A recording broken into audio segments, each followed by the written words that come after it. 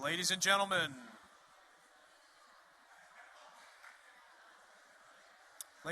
please take your seats. We're about to begin the next phase of our program.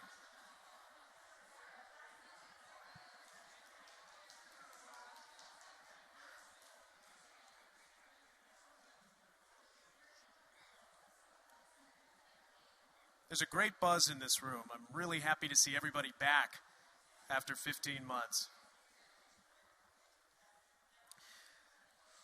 Well, ladies and gentlemen, we're going to begin our second panel discussion, The Future of the Senkaku Islands and U.S. Commitments in the Region, where we're going to talk about the U.S.-Japan relationship over the next, well, since the reversion of Okinawa, and then looking forward into the next 50 years.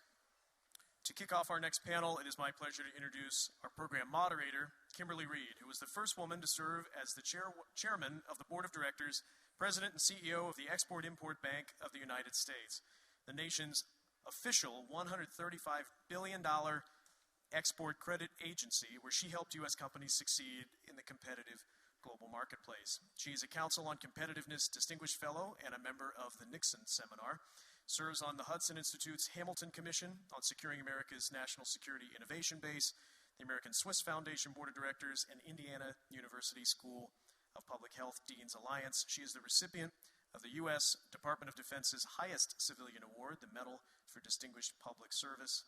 She previously served as president of the International Food Information Council Foundation, senior advisor to U.S. Treasury Secretaries John Snow and Henry Paulson, and Vice President for Financial Markets Policy Relations at Lehman Brothers. Would you please join me in welcoming Kimberly Reed?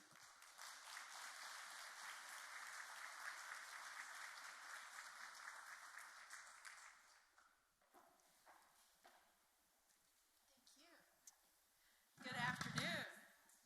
It's so nice to be with you today. I'm very honored to be moderating a panel on the future of the Senkaku Islands and U.S. commitment in the region. Before I begin, I just want to say on a personal note, for those who may be watching virtually, we are at the beautiful Nixon Library in the East Room, and it is an exact replica, except larger, of the East Room at the White House. And I know that we have 200 people participating today in person and virtually, and I know that this video of our day today will be made available. As a young person, I first visited the Nixon Library in 1991, and I can't tell you what an honor it is to be back again. Back in the year 2008, I first met Christopher Nixon Cox and his wonderful father, Ed Cox. We worked together on the McCain campaign. And I learned a lot of great lessons from both of you that I know that you're also bringing forward from lessons that you learned from your grandfather. That was a wonderful opportunity. And then growing up professionally in Washington, Professor Nichter mentioned the Nixon recordings. I listen to C-SPAN radio. I'm a C-SPAN junkie. And I will say that although President Nixon would not be viewed as my grandfather, as Professor Nichter said for his own daughter through the hearing of those great lessons. I can't tell you that how he has helped shape me as a professional from those wonderful tapes and what you learned from them and what we're discussing here today. I'm so excited to be with such distinguished people today, and I know that Ambassador Tomita will be joining us shortly. As the head of the Export-Import Bank, I just concluded my term by law in January, but I had the great opportunity of working with counterparts in Japan.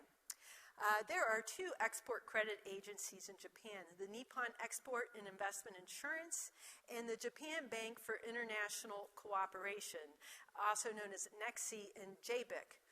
and I was so honored to have Ambassador Robert O'Brien invite me to accompany him to something called the East Asia Summit in 2019, where we sat in a room where I watched Ambassador O'Brien engage directly with Prime Minister Abe.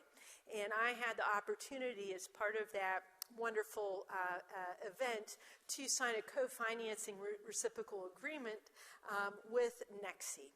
And then with JBIC, I had the wonderful opportunity to advance cooperation with them and with the Japanese on looking at advanced nuclear energy.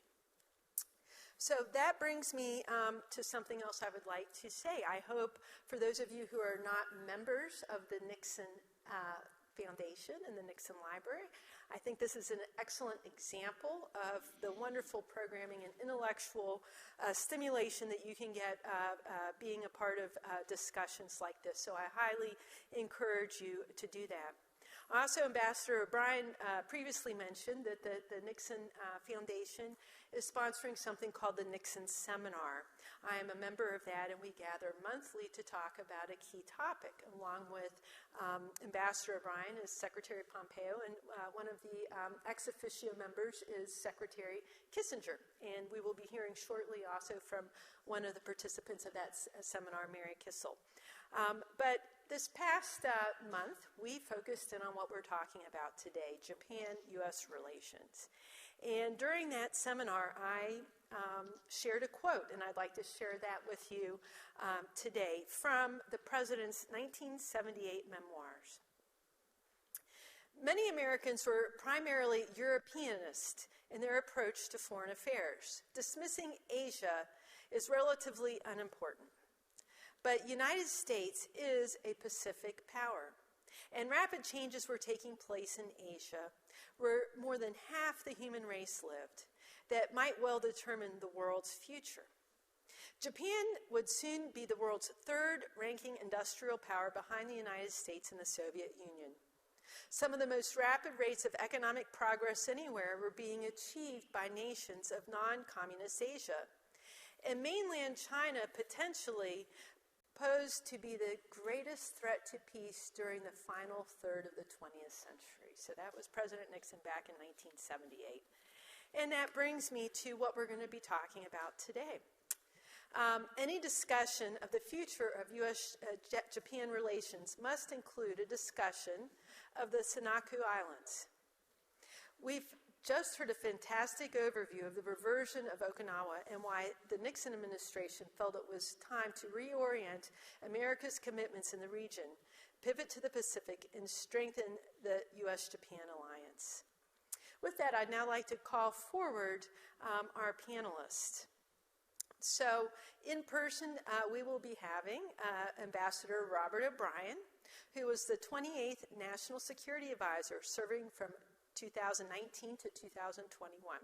He previously served as the Special Envoy for Hostage Affairs and as a U.S. representative to the UN General Assembly. Ambassador O'Brien has practiced law for 30 years in Los Angeles and has rejoined the firm he founded with Judge Stephen Larson's LLP of counsel. We also have in person Mary Kissel, who is Executive Vice President and Senior Policy Advisor at Stevens Incorporated, who served as the Senior Advisor to Secretary of State Michael R. Pompeo.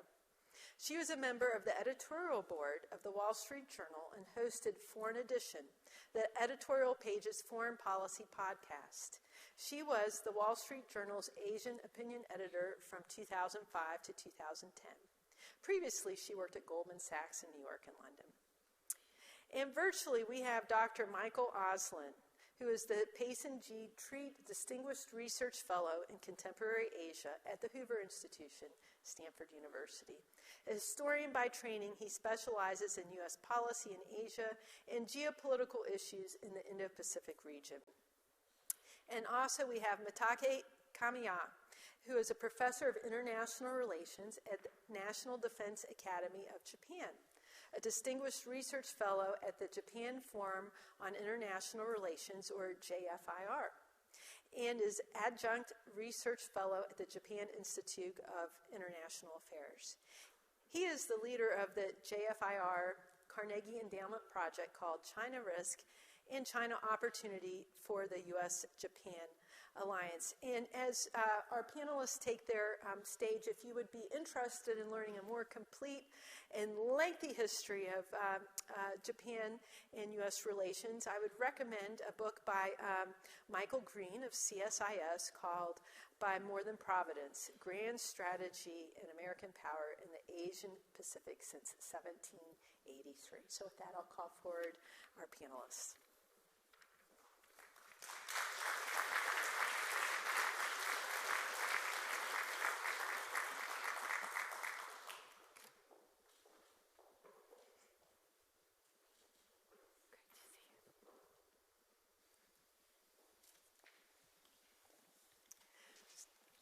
Okay. So let's start with Dr. Auslin. Dr. Auslin, you're a trained historian. Can you expand a bit upon what the ambassador just said on administrative rights? Hold on one second.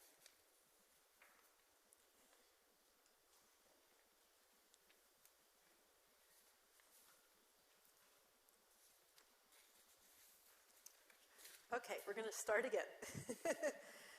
Matake, I'd like to begin with you.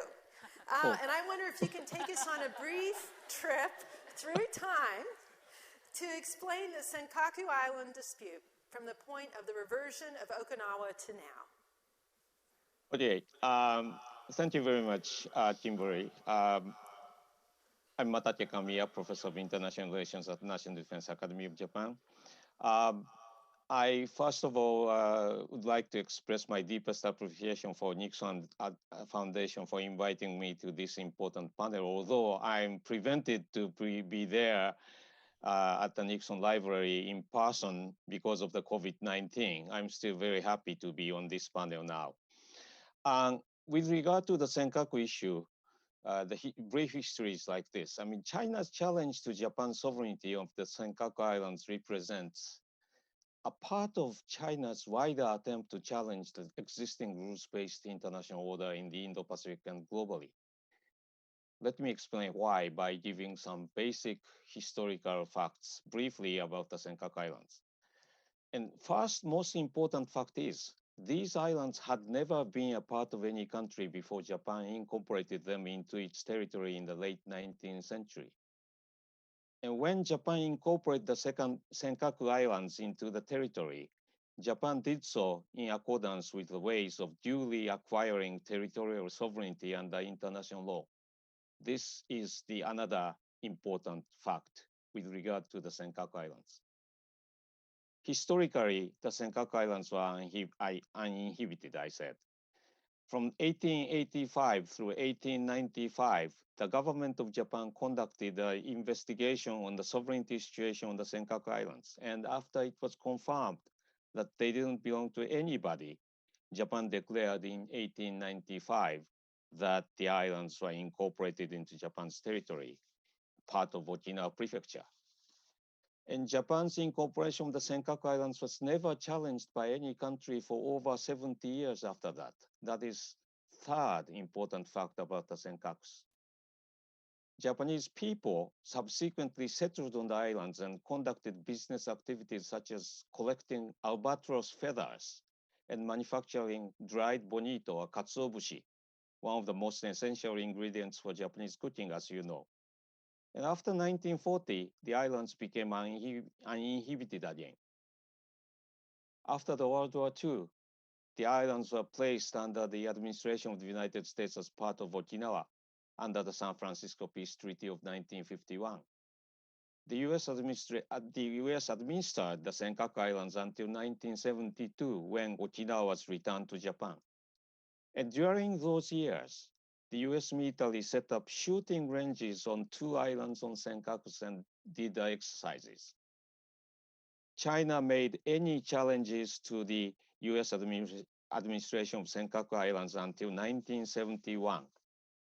On the contrary, prior to that year, China consistently acknowledged the Senkakus were part of the territory of Japan. For example, China's People's Daily CCP's newspaper, published an article on January 8, 1953, titled "The Battle of People in Ryukyu Islands to Oppose the U.S. Occupation." That article described the Senkaku Islands as part of Japan's Ryukyu Islands occupied by the United States. By the way, Ryukyu is, of course, Okinawa.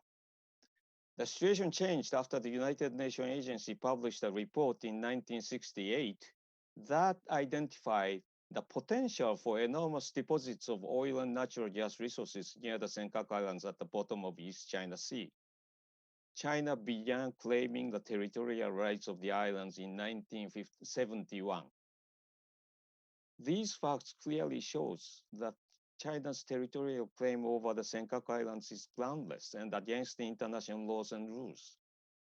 That is why I said at the beginning that China's challenge to Japan's sovereignty of the Senkaku Islands represents a part of China's wider attempt to challenge the existing rules-based international order in the Indo-Pacific and globally. I'll stop here. Thank you very much.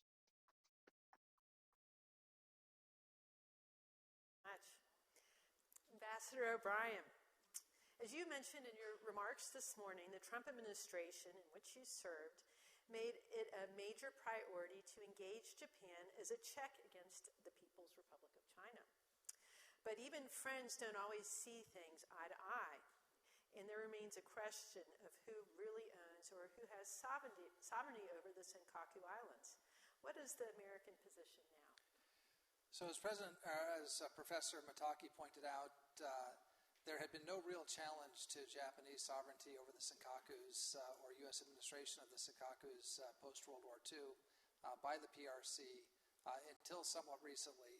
And what's happened more recently over the past decade or two, China has rolled out its strategy of using its maritime militia or its blue militia as it is done in the South China Sea to attempt to wrest sovereignty of the Senkakus from Japan. We saw very similar efforts that they've used in the South China Sea, where they'll swarm the islands with large numbers of fishing trawlers, sometimes interspersed with Chinese Coast Guard vessels, in an attempt to muscle their way in, take the islands, and push the government that has sovereignty over those islands out. Now, that worked with Vietnam, it worked with the Philippines, and some of our other friends in the South China Sea. I think they made a mistake and underestimated the situation in the Senkakus when they had started to attempt to do this, especially in the early aughts, the 2000 to 2010-12 time period. And there were three factors that they underestimated, or that they as President Bush used to say, misunderestimated. And number one was the capability and the professionalism of the Japanese Coast Guard. So unlike some of our other allies in the South China Sea, Japan did not allow this blue militia, these trawlers, to simply come in and impose their will on the Senkakus and wrest them from Japan. The Japanese Coast Guard sorted out on regular occasions. They pushed the Chinese out of their territorial waters, and they did so in a highly professional manner, although there were a number of relatively dangerous encounters that you can see on YouTube of Chinese and Japanese Coast Guard ships going hull to hull, firing water hoses at each other and that sort of thing. But the capability of the Japanese Coast Guard was one factor. The second factor is the Chinese underestimated the political will in Japan. And so, especially with Prime Minister Abe and now with Prime Minister Suga, you have very strong leaders who have a strong political base in the country that represent the popular desire of the people of Japan to maintain sovereignty over the Senkakus, and neither of them bend. I mean, they're both they both have iron in their spines when it comes to the Senkakus. And number three, China underestimated the willingness of the United States to stand up for its ally Japan. They didn't understand the strength of the mutual defense treaty between the United States and Japan, and the U.S.'s commitment to Japan. So even in the Obama administration, and this is at a time which I think probably really surprised China, when we were leading from behind and exercising strategic patience and all the things we did away with in the Trump administration. In April 2014, President Obama came out and expressly stated that Article 5 of the Mutual Defense Treaty between the U.S. and Japan covered the Senkaku Islands. And I think that was a bit of a shock to the Chinese. They saw, they didn't see that sort of resoluteness in other parts of the world in that administration, but they saw it with Japan. I think that shows the continuity of the relationship between the U.S. and Japan across different administrations, even when the approach to foreign policy is very different. Certainly in the Trump administration, we took the position that Article 5 applied and that we supported Japan's sovereignty over the Senkakus. And then I think the Chinese were again surprised when President-elect Joe Biden at the time in November of 2020, after he was elected, came out and said that Article 5 applies to the Senkakus. So you have a situation where the U.S. has made it very clear across administrations with very different foreign policy profiles that the Senkakus are part of Japan, that the Mutual Defense Treaty applies to any attempt to wrest the Senkakus away from Japan. And so I think between the professionalism of the Japanese Maritime Forces, Coast Guard, and Japanese Maritime Self-Defense Force, the iron will of the two most recent prime ministers, Abe and Suga of Japan, and the support of the United States across both Republican and Democrat administrations, I think that's the difference that you have in the Senkakus and the South China Sea. Thank you.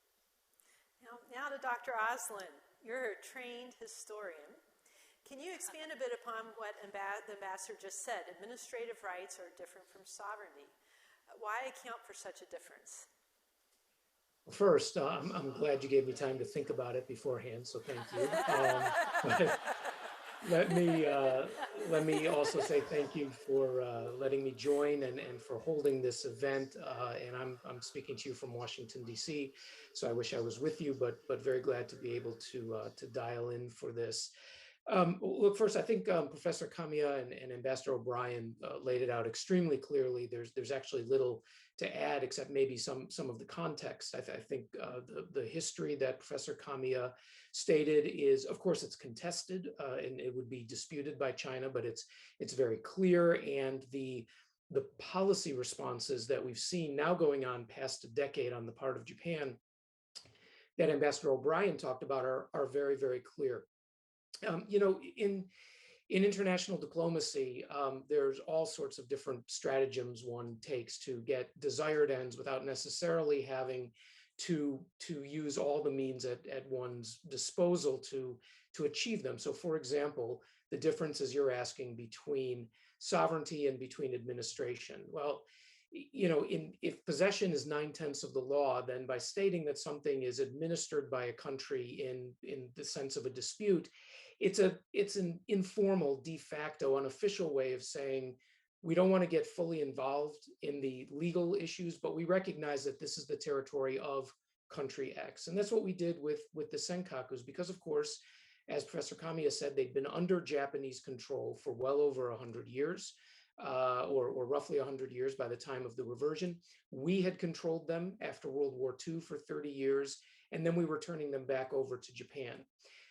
What's interesting, I think, is when you look at the issue of China, what it did was really serve as a forcing function. And Ambassador O'Brien just mentioned that it wasn't until China began making its claims and then trying to act on those claims, forcing Japan to defend the islands with the very capable Japanese Coast Guard, that the United States for the first time was actually forced to clarify some of the provisions of Article 5. It was what we call, in reference to Taiwan, strategic ambiguity. But it was ambiguous because there had never been a challenge. The challenge came when China became capable, and that, I think, is the lesson.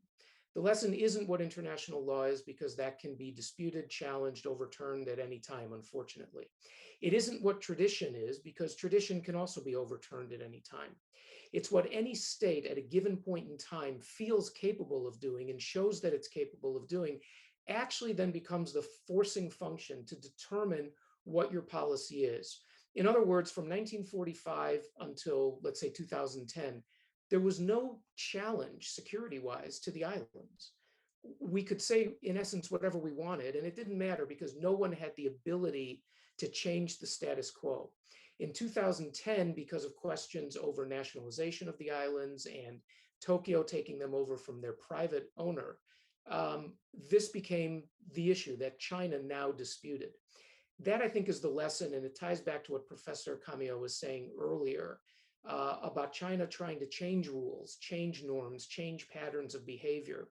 And because Japan did not do what many other nations do, and here we're thinking of some other allies of the United States in the Pacific, they held steadfast and forthright in defending their claims and building up the military that they needed to defend those. Thank you very much. Professor Kamiya, just building on that a little bit, can you again state what is the Japanese position on the islands and what informs such a position? But the Japanese position to the islands are very clear. It has been the Japanese territory since the 1895, and before that, it belonged to nobody. It didn't belong to anybody. And therefore, I mean, you Americans often use the term Senkaku dispute or territorial dispute surrounding Senkaku Islands, but the Japanese government refused to call it the dispute because if it is called the dispute, any country can make a new claim to anybody's territory and start to call it a dispute. That's unfair. That's Japanese position. Thank you very much. Thank you. Mary Kissel, you served with Secretary Pompeo at the State Department. You saw firsthand how America began to harden against the People's Republic of China over the last 4 years, egged on by the PRC's myriad abuses of the international rules-based order. The U.S. and Japan signed a defense treaty after the end of World War II, but considering the growing threat that China poses in the region, should the limits that exist on Japan's ability to defend herself and rearm be reconsidered? Thank you for the easiest question that's been asked so far. And thank you to the Nixon Library and to all of you for being here. It's a great honor and privilege to be on such a distinguished panel. Before I answer that question, I might just take a step back and ask, why are the Senkaku Islands important? Why are we talking about them? And why do we continue to talk about them? And one of the panelists alluded to this earlier. We're talking about them not just because of the energy resources, but because of their strategic location. They're the gateway to East Asia. And so I won't call it the People's Republic of China because it does not represent the people of China. Let's call it Communist China.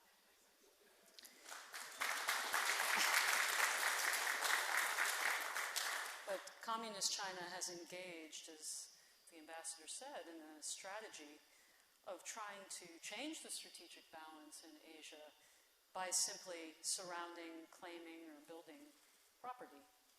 And you saw that during the Obama administration, building islands in the South China Sea. But you see a different level today when they're surrounding the sovereign territory of the Philippines, and where we've had more than 120 daily incursions around the Senkaku Islands. So that's why we care and we're having this discussion. Why do we continue to have this discussion? Because China is not free and it's not democratic. And whereas it would be perhaps easier to ameliorate or even to resolve this dispute with a free and democratic country, unfortunately we don't have that privilege today, although hopefully we'll have it someday in the future. So should the U.S.-Japan relationship change? Is this your question, Kimberly? Should we have a different balance in the relationship? I think we have a balance exactly right today. I think the Japanese Coast Guard is perfectly capable of dealing with these incursions. I think, if anything, it would be incumbent on the United States to speak out and to highlight the challenges to Japanese sovereignty. In fact, it was just after President Biden took office that Communist China decided to give their Coast Guard new powers, almost military-like powers, to enforce what they see as their new claims on places like the Senkakus, but you could also see it in the Spratlys and the Paracels and in other parts of Asia. So I think the balance is right today, but I think we need a new and heightened focus given the kinds of behaviors that we've seen from the so-called fishing boats from Communist China. Thank you. Building on that a little bit, Mary, do you think that the Senkaku Islands are symbolic of this question of whether Japan should be taking on more of its own defense? Right, the other easy question on the panel. Well, the ability to build a strong defense always starts at home. And I think one of the great challenges that Japan faces today is its anemic economic growth. And so I think that is a limiting factor in the amount that they can deploy for their self-defense. Maybe I'll leave it at that. Okay. And we'll let the ambassador and others on the panel. Let's turn to you now, Ambassador. How do you think Japan is approaching its relationship with not only the United States, but with the countries of the G7 right now, and will in the coming years? We've just finished the G7 summit in Cornwall. What's your analysis, and how do the islands factor into this? Well, I think all the G7 countries are starting to awaken to the challenge of the PRC and the Chinese Communist Party, and I think that's one of the legacies of the Trump administration that historians are going to write about 50 years from now. That a bipartisan consensus developed in the United States regarding the challenge presented by China. And that consensus is now spreading out to the G7. Now, this is something that we didn't need to teach the Japanese. They've understood the assertive nature of the Communist Party of China. They've understood the assaults on their own territory with the efforts to wrest the Senkakus from them. Certain Chinese thought leaders are even talking about Okinawa as being part of China that should be turned over to the Communist Party. So I think the Chinese or the Japanese have woken up to this threat. I think the G7 is taking a little more time. I think there are countries in the G7 that are very aware of the threat, and even countries in the G20. I think of India, which was viciously attacked. One of its patrols was viciously attacked in the line of actual control last fall by the Chinese People's Liberation Army. And the soldiers were terribly treated, and those who were killed were mutilated and thrown off crevasses. And that woke up, once the Indian tabloids got a hold of that, it was something that the Indian government couldn't downplay. And there was a sea change that you had in India on views towards China. 150 apps, popular apps, including TikTok and others, were banned in India. And so I think the world, the G7, the G20, and certainly here domestically, is waking to the challenge that's being presented by China, as the professors pointed out, as Michael's pointed out, efforts to change the rules-based international order, but not just the rules-based order, it's just to literally conquer territory. So, extinguishing democracy in Taiwan, in Hong Kong, threatening and bullying Taiwan, the dispute with India, obviously Tibet has long been an issue for people that care about human rights, the situation in Xinjiang with the Uyghurs. So this is a very assertive effort, and the Senkakus are just one part of a greater effort of China to expand its territorial reach through some, even through conquest, which was something that at least for 100 years most governments haven't viewed as an appropriate way to achieve territorial expansion. It was once something that was illegal under international law. It's not something that, after the UN Charter, is considered a kosher way to expand your state. And yet we see that with the Chinese. What the Japanese could do, though, they have a large military. They have a very large economy. They spend about 1% of their GDP on the economy. They're up against a foe that's much bigger, that has a bigger economy, and that's spending upwards of, when you factor in real numbers and purchasing power parity and that sort of thing, probably 3 to 4% of their GDP on the most massive peacetime military buildup the world's ever seen in the People's Republic of China. Japan has to do some things to increase its defense spending. We can't just rely. The United States no longer has an overmatch capability to deal with China without the help of our allies, and so Japan is going to have to step up. One of the easiest things they can do, Japan makes a very capable diesel-electric submarine called the Soyuz-class submarine. They retire them after about 20 years. The subs could probably go 40 years. I mean, I know people still driving their Toyotas and Hondas like 50 years out. Never even changed the oil. So, everyone likes a new car. The Japanese Navy likes a new submarine every 20 years. If they would just extend the service life of their current subs 5 to 7 years as the new ones come on board, they could increase their submarine force by about a third very quickly.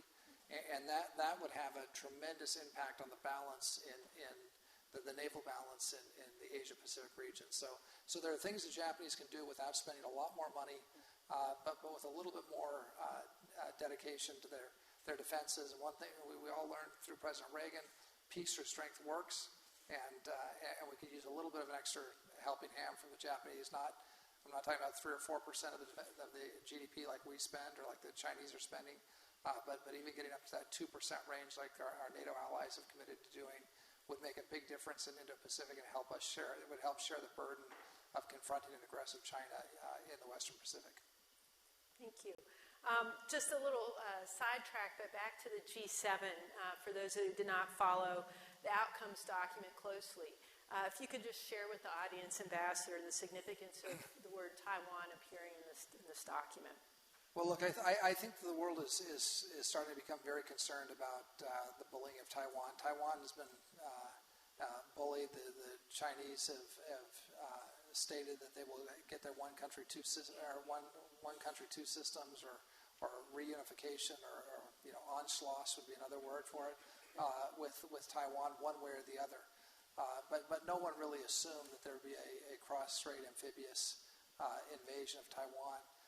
But when you look at the calculations that have been made in Hong Kong and other places by the Chinese Communist Party, I think there's a real concern that's growing around the world that China might actually attempt to alter the situation with Taiwan by military force sooner rather than later. And I think part of that calculation is the Taiwanese, after watching what happened in Hong Kong, they realized that the one country, two systems is a lie. That China extinguished democracy in Hong Kong. And so any thought that the Taiwanese would voluntarily reunify with China anytime soon is out the window. The people of Taiwan want nothing to do with the Chinese Communist Party. And so the Chinese, I think, are now looking at their other options, and one of those would be military force. It's concerning to not just the United States, but to our allies in Europe and around the Pacific. And so I think the reference to Taiwan was an effort to bolster the status of Taiwan and discourage the Chinese from launching some sort of cross-strait invasion of Taiwan. Thank you. Dr. Auslin, as a student of history, you know that Japan relied on the United States for many years after World War II. But the miracle of Japan took hold. And by the 1980s, Japan was the second largest economy in the world. It's now the third, displaced only by China's recent growth. Is the United States starting to rely on Japan more than it did in the previous century? What do you think about that dynamic? I think it is, but I think it is because Japan is ready to take on more responsibilities. Actually, this goes back in terms of Japan beginning to expand its security partnership and cooperation with the United States to the 1980s and the fabled relationship between President Reagan and Prime Minister Yasuhiro Nakasone, the so-called Ran-Yasu relationship that began to bring Japan out of that post-World War II set of self-imposed restrictions. Now, it is true that Japan already takes on itself the burden of the bulk of its own defense. So, I mean, if Japan were attacked, the frontline troops would be the Japanese self-defense forces, the maritime self-defense forces, and the air self-defense forces. It would not be United States troops. Now, we would be there to help in many ways, but Japan has an extraordinarily well-trained and well-equipped military. What you saw in the past decade under Prime Minister Abe, without everyone focuses on constitutional revision, and he did not revise the Constitution, but he really didn't need to, because what he did was remove almost all of the other restrictions on Japan's participation in security cooperation, collective self-defense with allies, joint production of munitions and exporting them abroad, information sharing, getting closer in terms of intelligence sharing with the United States, not at the Five Eyes level, but closer than it had been. And the recapitalization of the self-defense forces. Japan now has two extremely large helicopter carriers that could be converted for F-35Bs to turn them into helicopter carriers. They will be the world's second largest procurer of F-35s. As Ambassador O'Brien said, they have a submarine force that is top notch. We shouldn't forget, of course, that during the Cold War, it was Japan's ability in anti-submarine warfare that really allowed the US Navy to keep the Soviet Navy bottled up in the bastions in Kamchatka and other areas in Siberia. And that's a capability that can be brought back online. So the answer to your question is we rely on Japan more because Japan's doing more, because it's been changing its policies, but also putting meat on the bones. Now, I'm going to do something I never, ever do, and I'm very scared to do, which is slightly disagree with Mary Kissel. I never do that, but I'm going to do it here just for a second, which is to say that I think that while Japan is a very capable Coast Guard, and I've mentioned that, the Chinese strategy is to wear down opponents. It's to wear them down politically, ideologically, economically, as it's trying to do against Australia, but also from the military angle. And that's what it's been doing in the Senkakus for over a decade. It's what it does to Taiwan. And just this week, we saw 28 PLAAF jets go into or near Taiwanese airspace. So the problem is not that Japan doesn't have a great Coast Guard and a great Navy, it does, but that after a decade of both the Navy, the Maritime Self-Defense Forces and the Air Force scrambling and responding to Chinese provocations and interventions into the waters and skies around the Senkakus and other areas, it begins to wear down your military. So I agree with Ambassador O'Brien that Japan needs, as it's done, to be thinking about that long game and the long term of maintaining the capabilities. And then we have to be thinking how we can help with that more directly, and possibly bringing in other actors like the Quad or a Quad Plus. Japan and Britain are getting very close. Obviously, Australia and India are close allies. It's not just about the US and Japan anymore. Japan is working with a lot of different actors, a lot of different partners, and we should be part of that and helping to expand it. Thank you very much. Mary, I know you want to respond to that, but let me just also add in, is this dispute over sovereignty of the islands one that threatens the rules-based order internationally? And if so, how do we solve that? Who enforces international law?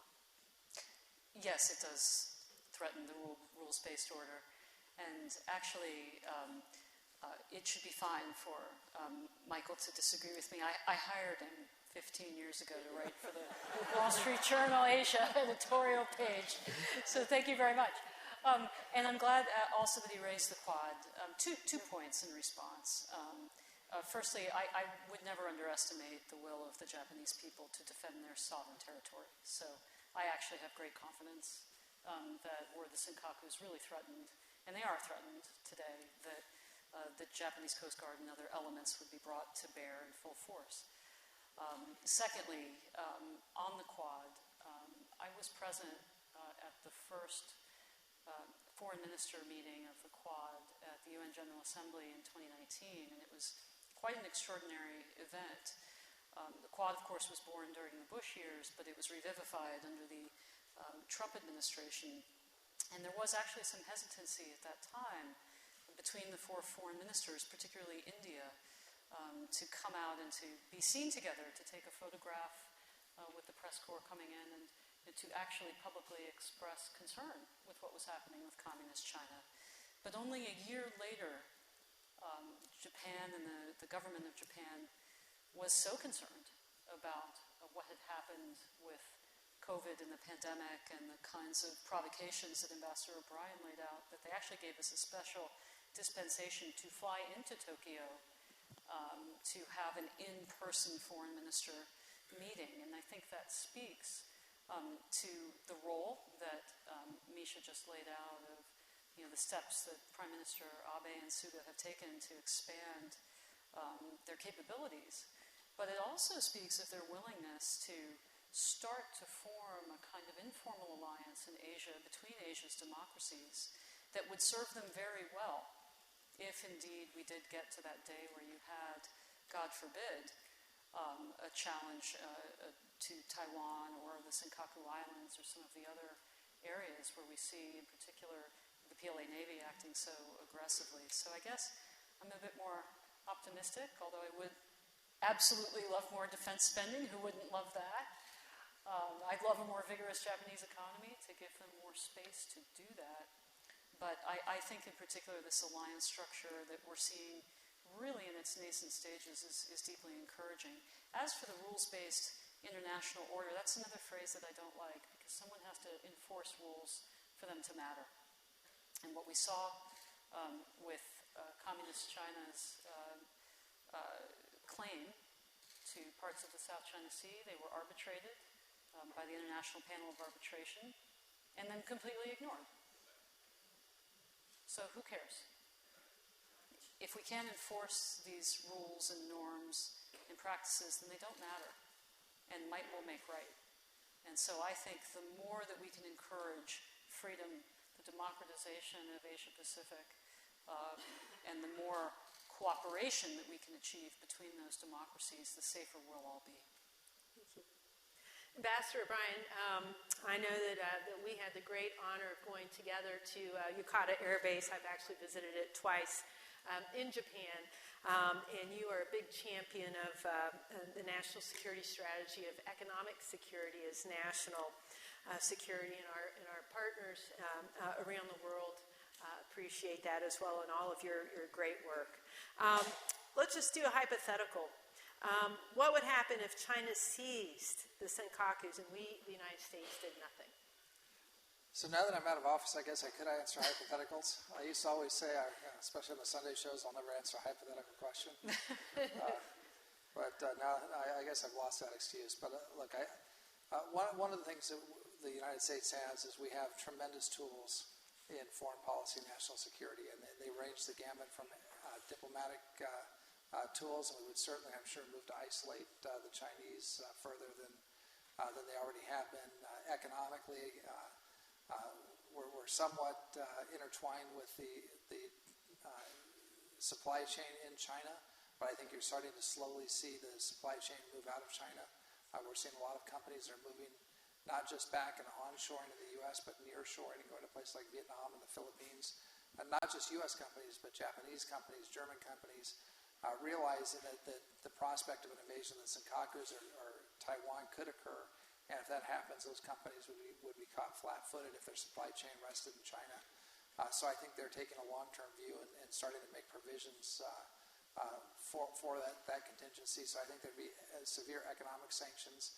And then on the military front, we still are we don't have the total dominance that we had after the end of the Cold War, but we're still a pretty effective fighting force. The United States has been fighting since our inception, and with one exception, we've done pretty well. And as back to the Princess Bride, we don't want another land war in Asia, but we certainly have a lot of tools. The United States Navy is very capable, both at the surface level with naval aviators and the subsurface level, that should give the Chinese, the PLA Navy and the PLA Air Force real reason to pause before they engage in territorial conquest with an ally like Japan, or even if they attempted to conquer Taiwan. And as Mary pointed out, I think one of the facts of life for the future for the Chinese is the Quad. The Quad is becoming very capable, it's becoming very integrated at the National Security Advisor level, at the Foreign Ministry level, but also at the Defense Minister and Defense Secretary level. And when you put India and Australia and Japan and the United States together, that's a very formidable combination across the spectrum, from diplomatic to economic to military. So I think the PLA needs to think very carefully before they engage in a war of conquest, whether it be Taiwan or the Senkakus or anywhere else in the Indo-Pacific region, because they will face adversaries with capabilities that meet or exceed their own. Building on Mary's comment at the start, I just also want to underscore that half of all shipping goes through the East China Sea. So when we talk about what's important to the United States and our supply chain, very, very important. Okay, so you don't want another hypothetical, so I'll give you one, okay? Hypothetical. So we're right now. I want to just say we most recently served with former ambassador, now Senator Bill Hagerty of Tennessee. He was our last United States ambassador to Japan. And if you look in the press, no announcement has been made, but you will see speculation in the press that perhaps Mayor Rahm Emanuel will be named by President Biden as the nominee to be the next ambassador to Japan. Again, that's only in the press. And so Senator Hagerty now sits on the Foreign Affairs Committee, which will have the hearing for that nominee to be the next ambassador to Japan. And so, hypothetical question. What would happen if the U.S. would call upon Japan to compromise with China? Why am I getting all of these questions? I don't think it'll happen because I think that the bipartisan consensus on Capitol Hill that recognizes the nature of the communist regime and appreciates the threat that it poses to not just the United States, but the rest of the free world, is very secure. And I agree with Ambassador O'Brien. I think it will be one of the seminal foreign policy achievements of the Trump administration. And in fact, when you look across the public sphere or the private sphere in America, most everyone has woken up, with the exception, perhaps, of the industry that I work in, which is Wall Street. Although, thankfully, not my employer, Stevens Inc., which is a great American institution that does not do business with Communist China. So in the hypothetical situation, I don't think that it will occur. I think, if anything, you'll see attitudes harden. You've seen them start to harden in Europe. North Asia has long been aware of the threat, the people of Taiwan, and unfortunately now the voiceless people of Hong Kong know it well. And in fact, I think Jimmy Lai, the proprietor of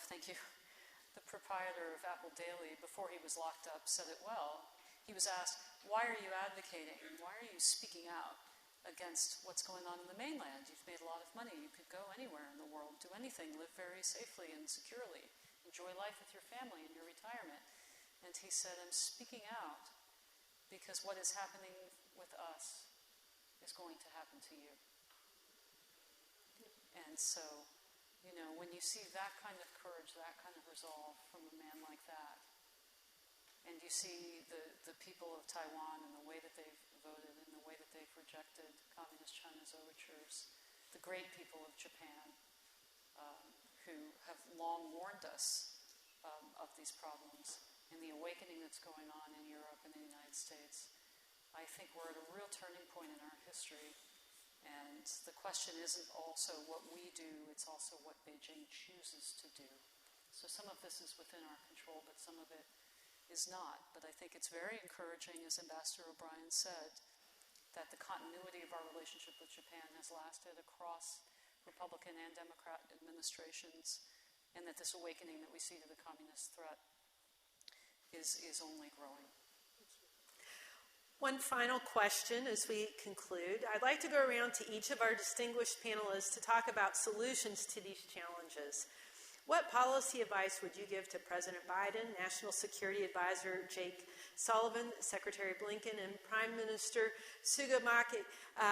Professor Kamiya, let's start with you, and then we'll go to Dr. Auslin, and then to Mary Kissel, and close with Ambassador O'Brien.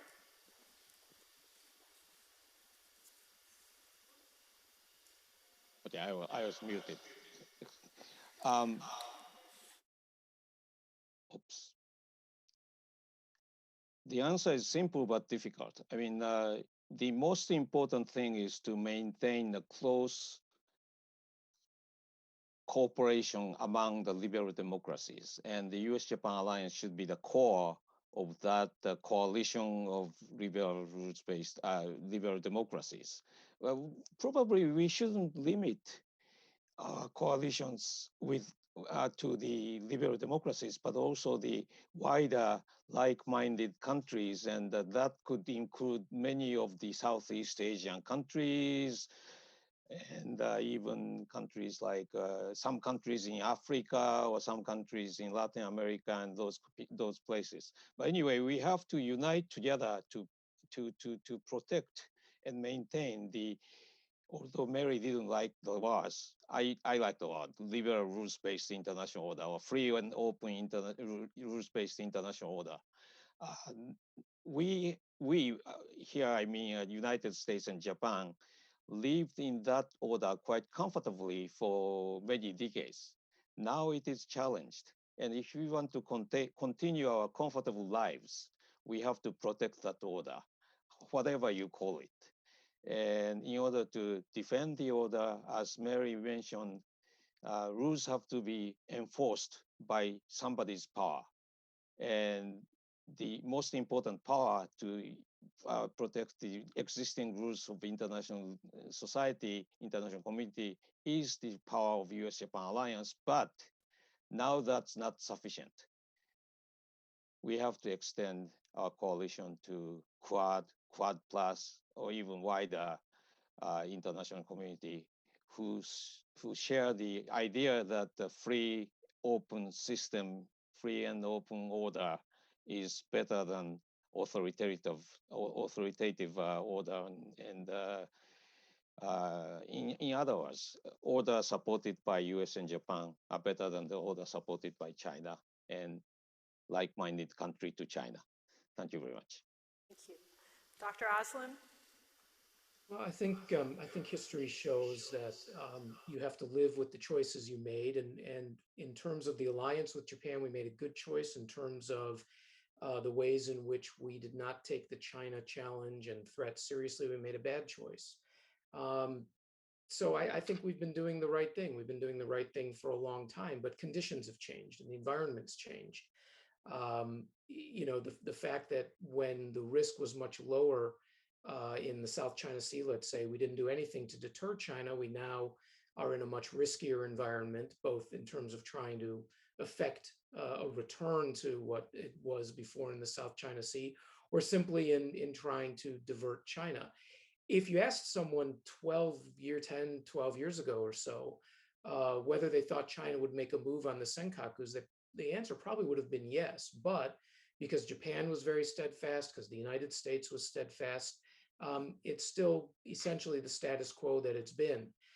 So I think that's what we need to keep doing, but you have to always keep bettering what you're doing, you know, and so we've all talked about increasing the military spending. We've talked about finding new partners. We've talked about being more inventive, whether it's using Quad or other mechanisms. That's really what we need to do until the Chinese determine that this is a losing game for them. Right now, they don't necessarily think that. They may think time is on their side. In another 10 years, that may have changed, better for worse, hopefully for the better on our end, because we've done everything we need to do to keep this a credible deterrent.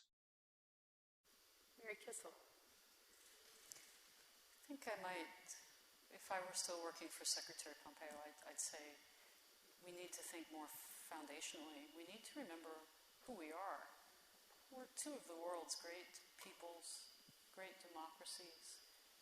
No other nation in the history of the world was founded on the idea that individuals have rights and that we give those rights to government, our unalienable rights. And that makes us very special, and it makes us special partners. We also, secondarily, have to remember who communist China is. They are not the people of China.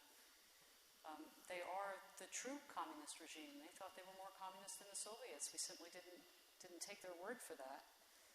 And we need to understand them in that way.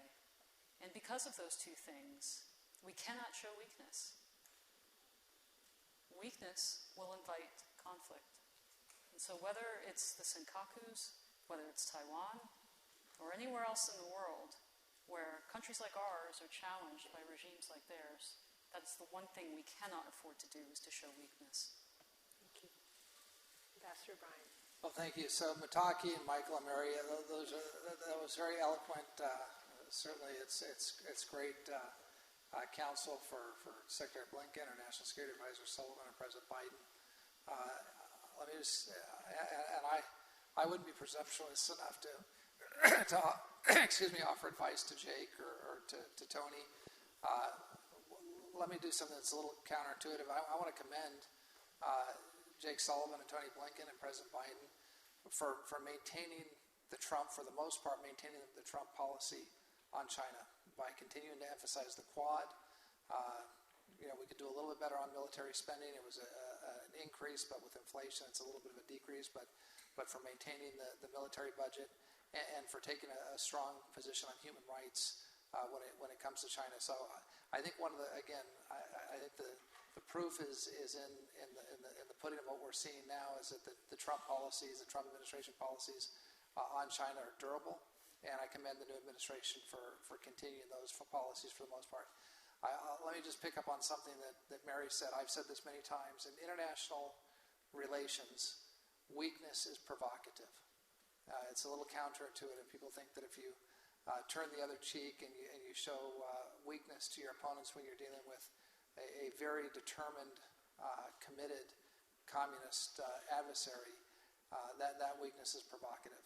And even the perception of weakness is provocative. So even if the Trump administration, the policies of the past 4 years are continued by the new administration, doing so in a way that our adversaries can perceive as being less than confident or weak, may accidentally invite provocative action that then puts us in some sort of military clash. Peace through strength that Ronald Reagan talked about, that Richard Nixon believed in when you read The Real War, his book, and that all the candidates were carrying around in 1980, at least the Republican candidates. They understand that peace through strength works. So we've got to maintain a credible deterrence through our military budget. We've got to be credible on the economic front. We've got to be credible on the diplomatic front, and show our adversaries, whether it's Russia, whether it's China, whether it's Iran, that the United States is fundamentally strong. That we have issues that arise here from time to time, but as Mary mentioned, we have the foundational strength of knowing that we're governed by the people of the United States, and the principles that underlie our military, economic, and diplomatic power.